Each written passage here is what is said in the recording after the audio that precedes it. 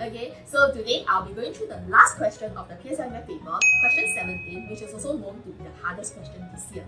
So I actually noticed a trend in 2023, 2024 and 2025 PSLE Math Papers. On the last question, actually this tests a very similar concept. Okay, they are all diagram type of questions and they actually test this overlapping area concept. So today I'll be teaching you how to use this method to solve this type of question so that if the 2026 PSLE paper come out with the same question, P5s, you will be able to ace it. Okay, so now let me go through this concept first. Okay, so for this overlapping area concept, right, I need you to know that if these two shapes are the same, okay, example, I have two rectangles. Okay, it doesn't matter how I draw the rectangle. Okay, so right, if this is the overlapping area, do you agree that this area is the same as this area? Because the purple and yellow actually add up to one rectangle and this other purple and yellow also add up to one rectangle. Correct? It's very simple, right? Okay, then example, if I have two triangles. Okay, imagine that I tell you that in the question that the two triangles are exactly the same. Okay, so if this is the overlapping area, okay, in yellow, so what it means is that this area and this area will be the same. Okay, what this also means is that this length and this length will be the same. Okay, so if you understand this, right, I'm going to use this method to solve this question, which is actually the same. Okay.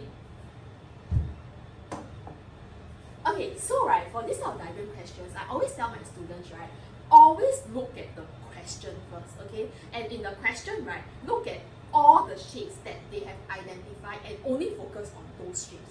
So example, if the question only talk about one rectangle and two circles, you only look at one rectangle and two circles, all the other shapes you can ignore them because likely they are not important and likely you will not need to use them to solve the question. Okay, so this simplifies the question a lot.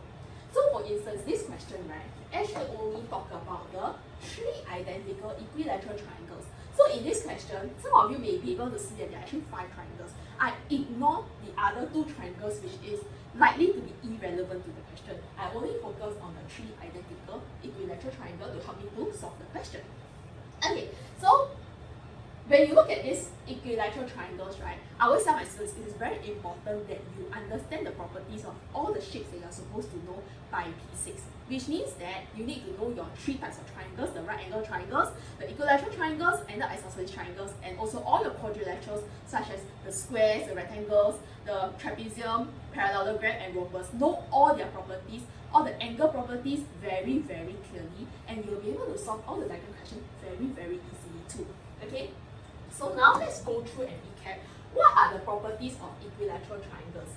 Okay, so equilateral triangles have 3 equal sides. Okay, the lengths are all the same and also each angle is equal to 60 degrees. So if you look at this question, right, this is likely not an angle question, so likely you don't need to know this, but you need to know that equilateral triangles have 3 equal sides. Okay, so and then in this question it uses the word identical, which means that all 3 equilateral triangles are exactly the same. Okay, so if the question asks you to find the length of AB, you can also find the other length. Okay, you can find this length, you can find this length, they are all the same. Okay? Okay, now let's try and go through the question together. How do I find the length of AB? So remember just now we talked about overlapping area, right? So if you look at these 2 triangles, okay, these 2 identical triangles, they actually have this overlapping area here, which I'm going to color it in purple, okay? Okay, so this is the overlapping area. Okay, so right, can you see that actually this blue color area here is actually the same as this blue color area here, which I'm going to use another blue color to highlight to show you that actually these 2 areas are the same. Okay, by the way, the diagram is not drawn to scale also, okay, but then it's actually the same. Okay, so earlier I teach you how to recognize that the lengths are the same, right? So you will be able to see that this length here, which is 18, is actually the same as this length here, 18, because of this overlapping area. Okay, so if you know that this length here is 18, right, how do you find this length here? You are given that the length from here to here is 41 cm. You just need to take 41 cm minus 18 cm. You will get 23 cm, which means that this length here is 23 cm.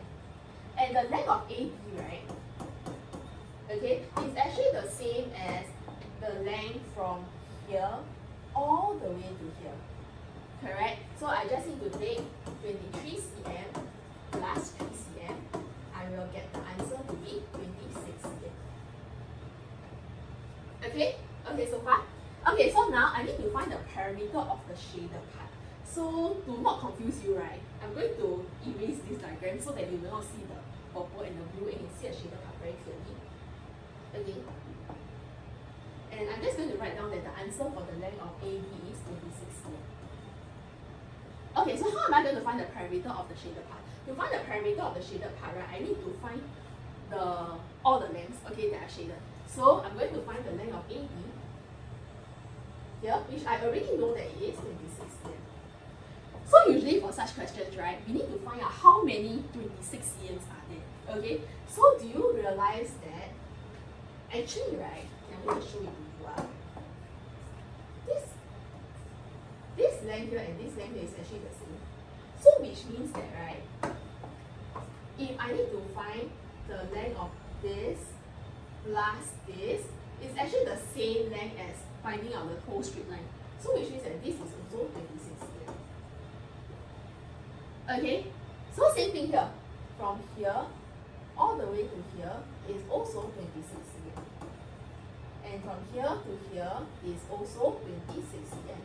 So actually I have 4 26 cm, and then I need to add my 18 cm here, and also here, which is 26 minus 3, which is 23 cm.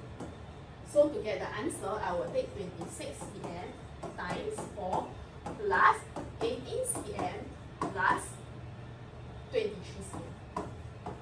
Okay, and I will get the answer to be 145 cm. So the answer for part B is 145 cm. Okay, so I hope that you all get it, and for all my P5 students this year, I hope that you will be able to understand this concept very well so that you will be able to ace the PSLE 2026 paper and get your AL1.